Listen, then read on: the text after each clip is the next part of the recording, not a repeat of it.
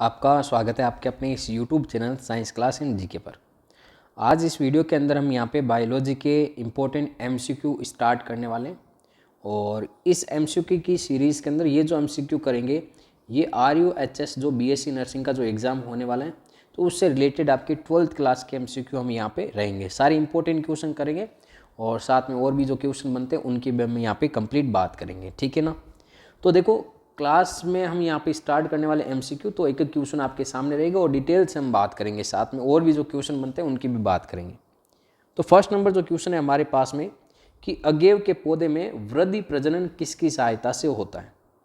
तो अगेव का जो पौधा होता है उसके अंदर ध्यान में रखना है यहाँ पे कि जो वृद्धि प्रजनन होता है वो वृद्धि प्रजनन आपके यहाँ पे बुलबिल्स के द्वारा होता है। किसके द्वारा? बुलबिल्स, या इसको हम कहते हैं यहाँ पे पत्रकंद भी इसको कहा जाता है। क्या कहते हैं? पत्रकंद इसको कहते हैं। तो ये हमारे सामने यहाँ पे अगेव के अंदर ध्यान में रखना। फिर नेक्स्ट आपके यहाँ पे ध्यान में रखना कि पत्तियों द्वारा जो आपके जनन होता है वो आपकी किस में होता है? तो ब्रायोफिलम, ब्रायोफिलम, या इसको हम कहते हैं यहाँ पे पत्थर चटा। क्या कहते हैं? पत्थर चटा, ठीक है ना। तो ये भी आप ध्यान में रखना कि पत्तियों द्वारा जो जनन होता है वो किसके अंदर होता है? यहाँ पे ब्रायोफिलम या फिर पत्थर चटा के अंदर होता है। नेक्स्ट सेकंड नंबर क्वेश्चन है हमारे सामने कि परिवार नियोजन कार्यक्रम की शुरुआत कब की गई। ये जो परिवार नियोजन कार्यक्रम है इसकी शुरुआत कब हुई? तो परिवार नियोजन कार्यक्रम की शुरुआत की यहाँ पे बात करें तो 1951 के अंदर हुई थी। यहाँ पे कब हुई थी? 1951 के अंदर, ठीक है ना। और ये ध्यान में रखना यहाँ पे परिवार नियोजन कार्यक्रम जनसंख्या को नियंत्रित करने के लिए यहाँ पे चलाया गया, जिसका नारा था हम दो हमारे दो, ठीक है। ये देखो इसके अंदर यहाँ पे ये जो लेसन है हमारा वो है यहाँ पे जनन स्वास्थ्य। 4th नंबर लेसन है बायोलॉजी का, जनन स्वास्थ्य, ठीक है, जनन स्वास्थ्य। और इस जनन स्वास्थ्य के अंदर आप यहाँ पे गर्भ निरोधक है, इस गर्भ निरोधक के जो उपाय है वो आपको याद रखना है मेन, ठीक है ना। जिसमें एक उपाय तो हम यहाँ पे प्राकृतिक आपकी विद्या पढ़ते हैं और एक इसमें हम पढ़ते हैं यहाँ पे कृत्रिम विद्या, वो आपको ध्यान में रखना है।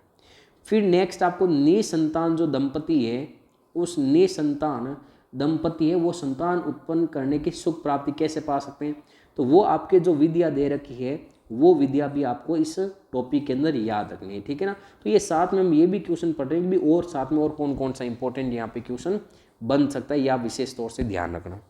तो ये परिवार नियोजन कार्यक्रम की शुरुआत 1951 के अंदर यहाँ पे की गई। फिर नेक्स्ट है DNA रेप्लिकेशन की विधि होती है। देखो DNA की रेप्लिकेशन की अगर बात करें हम यहाँ पे तो हमारे सामने जो DNA का स्ट्रैंड होता है वो आपके इस टाइप में होता है, ठीक है। ये DNA का स्ट्रैंड होता है ऐसे, ये हमारे पास में DNA का क्या स्ट्रैंड। अब इस DNA के स्ट्रैंड का जो आपके प्रतिकृति रेप्लिकेशन की बात करते हैं तो वो आपके यहाँ पे इस टाइप में आपके वाई शेप में होती है, पहली बात तो, ठीक है, वाई शेप में होती है यहाँ पे DNA की प्रतिकृति, ये आपको ध्यान में रखना है। और वाई शेप में होती है मतलब एक तो इसका एक जो रज्जुक है, एक जो रज्जुक है, एक रज्जुक तो पुराना बनता है इसमें यहाँ पे, और एक जो रज्जुक होता है वो यहाँ पे नया होता है, जिसे हम कहते हैं अर्धसंरक्षी विधि कहते हैं, ठीक है ना। तो पहली बात तो अर्धसंरक्षी होती है यहाँ पे। फिर नेक्स्ट यहाँ पे बात ध्यान में रखना, अर्धसंरक्षी के अलावा उसकी डायरेक्शन क्या होगी? हमेशा नया जो स्ट्रैंड बनेगा वो 5 डेज से 3 डेज डायरेक्शन में बनता है, मतलब एक दिशी होती है। तो एक तो अर्धसंरक्षी और एक दिशी, तो कौन सा ऑप्शन इसके अंदर यहाँ पे सही हो जाएगा? बी ऑप्शन है यहाँ पे इसका बिल्कुल सही हो जाएगा, ठीक है। कौन सा ऑप्शन सही हो जाएगा यहाँ पे? B option. तो ये बी ऑप्शन यहाँ पे बिल्कुल सही हो जाएगा। नेक्स्ट है यहाँ पे एक इसी के अंदर आपको देखो DNA के अंदर एक चीज़ और ध्यान में रखनी, एक बात और ध्यान में रखनी, वो मैं बता देता हूँ। एक आपको यहाँ पे ध्यान में रखना है सेंट्रल डोग्मा का सिद्धांत। सेंट्रल डोग्मा का सिद्धांत, सेंट्रल डोग्मा का सिद्धांत देखो क्या था। ये सिद्धांत ये था कि भी DNA से DNA का निर्माण होता है, उसको हम कहते हैं यहाँ पे रेप्लिकेशन। DNA से अगर RNA बनता है उसे हम कहते हैं ट्रांसक्रिप्शन, और RNA से जब प्रोटीन बनता है उसको हम कहते हैं यहाँ पे ट्रांसलेशन। तो ये भी चीज़ आपको साथ में ध्यान रखनी है, ठीक है। फिर नेक्स्ट आपसे पूछा है यहाँ पे भी असंक्रामक रोग का उदाहरण कौन सा है, कि ठीक है, ऐसा रोग जो एक व्यक्ति से दूसरे व्यक्ति में यहाँ पे नहीं फैलता है वो असंक्रामक रोग। तो एक असंक्रामक रोग होता है वो होता है यहाँ पे कैंसर। कौन सा हो जाएगा? कैंसर, ठीक है। फिर नेक्स्ट यहाँ पे हम बात करें उपचारित सीवेज होती है। इस उपचारित सीवेज के अंदर अगर हम यहाँ पे बात करें कि जो BOD है, इस BOD का बिना उपचार किए गए सीवेज की अपेक्षा होता है। देखो एक तो हमारे सामने पहली बात आ रही है बीओडी। बीओडी का पूरा नाम होता है यहाँ पे बायोलॉजिकल ऑक्सीजन डिमांड, ठीक है। ये तो हमारे सामने बीओडी का पूरा नाम। बीओडी होता क्या है, तो बीओडी यहाँ पे ध्यान में रखना कि हमारे सामने जो बीओडी है, पहली बात तो बीओडी होती है, इस बीओडी का मतलब क्या होता है, एक तो आपको पता होगा उपचारित सीवेज होता है, सीवेज, और एक आपके बिना उपचार क्या हुआ सीवेज होता है, बिना उपचार क्या हुआ सीवेज। जो उपचारित सीवेज होता है इसमें जीवाणु वगैरह क्या होते हैं कम, और एक जो आपके बिना उपचारित क्या हुआ होता है इसमें जीवाणु वगैरह क्या होते हैं ज़्यादा होते हैं। तो जीवाणु ज़्यादा होंगे तो इनको ऑक्सीजन भी तो ज़्यादा चाहिए, ऑक्सीजन की डिमांड क्या होगी ज़्यादा, और उपचारित किए गए सीवेज में जीवाणु कम होंगे तो इसमें ऑक्सीजन की डिमांड क्या होगी यहाँ पे कम होगी। तो उपचारित सीवेज की बीओडी, बिना उपचारित किए गए सीवेज की जो अपेक्षा होती है वो बीओडी का मान क्या होता है यहाँ पे कम होता है। तो उपचारित सीवेज में बीओडी का मान क्या होगा यहाँ पे कम, ठीक है, और बिना उपचारित सीवेज इसमें बीओडी का मान क्या होगा ज़्यादा। आप सिंपल सा इसको ऐसे समझो, देखो मैं आपको बता रहा हूँ वापस, एकदम इजी है, कुछ नहीं इसके अंदर यहाँ पे कि भी एक हमारे सामने यहाँ पे दूषित पानी है, ठीक है, मतलब जीवाणु वगैरह है उसके अंदर, और एक पानी है हमारे पास में यहाँ पे साफ पानी है, ठीक है।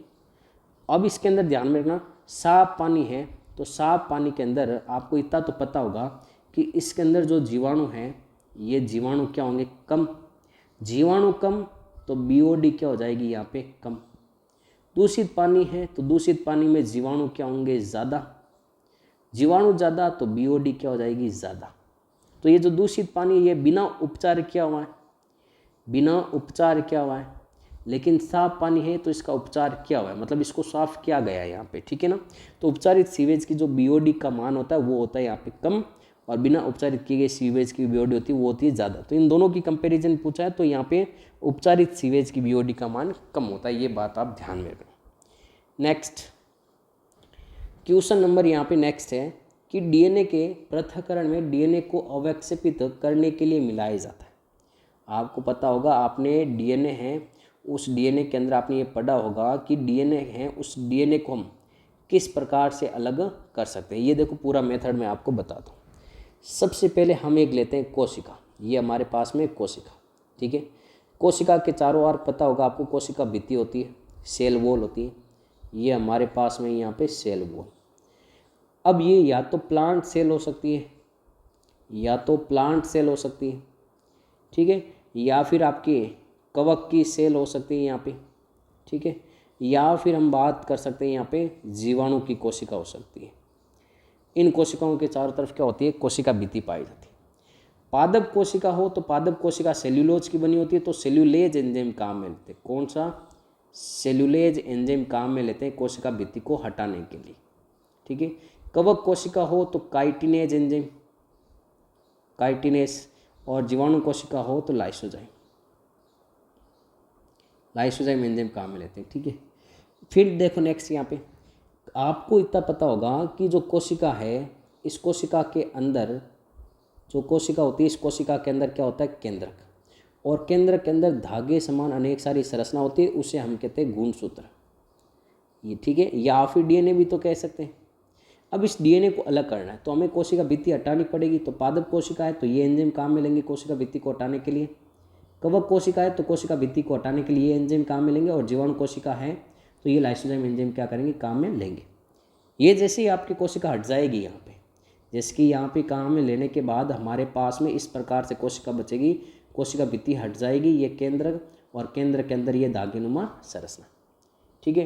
कोशिका झिल्ली आसानी से इसको बाहर निकाल सकते हैं। फिर हमारे सामने जो कोशिका रहेगी वो रहेगी यहाँ पे केंद्रक, और केंद्र के अंदर अनेक सारी ये धागेनुमा संरचना। केंद्र को हटाने के लिए न्यूक्लियस एंजाइम काम में लेते हैं। केंद्र को हटाना है तो कौन से एंजाइम काम में लेंगे? न्यूक्लियस। तो फिर हमारे सामने ये धागेनुमा संरचना बाकी नहीं। धागेनुमा संरचना है, इसको हम कहते हैं गुणसूत्र। गुणसूत्र बनता कैसे? दो चीज़ों से बनता है। किस किस से? एक तो बनता है डीएनए से, और एक बनता है यहाँ पे हिस्टोन प्रोटीन से। प्रोटीन को अलग करना है तो प्रोटीएज एंजाइम काम में लेते हैं। कौन सा? प्रोटीएज। जैसे प्रोटीन को साइड में कर दिया हिस्टोन को, क्या बचेगा हमारे सामने? डीएनए। इस डीएनए को हम डालते हैं यहाँ पे चिल्ड एथेनॉल के अंदर डालते हैं।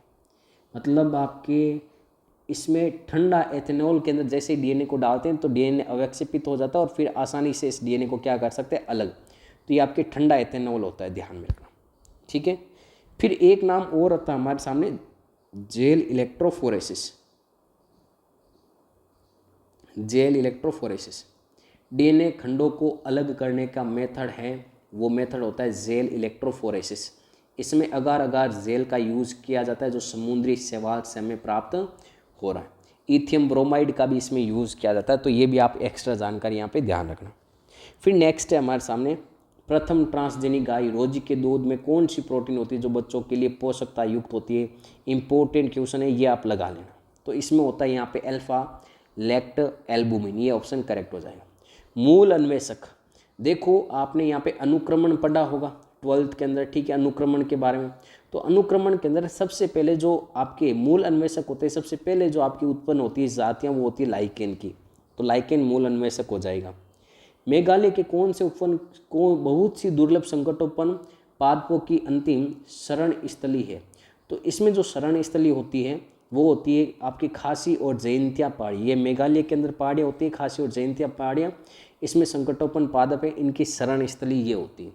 तो ये इंपॉर्टेंट क्वेश्चन आप ध्यान में रखना। वीडियो कैसा लगा वो कमेंट करके ज़रूर बताना।